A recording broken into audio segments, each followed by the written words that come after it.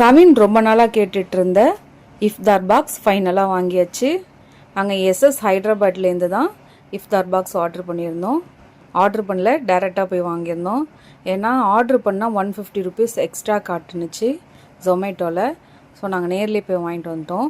இந்த இஃப்தார் பாக்ஸோட ப்ரைஸ் 349. என்னென்ன இருக்குதுன்னு பார்க்கலாம் வாங்க. ஃபஸ்ட்டு ஃப்ரூட்ஸ் கொடுத்துருந்தாங்க, அது ஒரு பெரிய பாக்ஸாகவே கொடுத்துருந்தாங்க.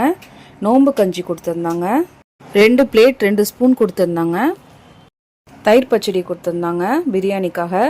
4 சிக்கன் சமோசா கொடுத்துருந்தாங்க. 2 பிரெட் அல்வா கொடுத்துருந்தாங்க. பிரிஞ்சால் கறி கொடுக்க மறந்துட்டாங்க. 4 பேரிச்சம்பழம் கொடுத்துருந்தாங்க. பெரியவங்கன்னா இது வந்து ஒரு 2 பேர் தாராளமாக சாப்பிட்லாம். இது வந்து சிக்கன் 65,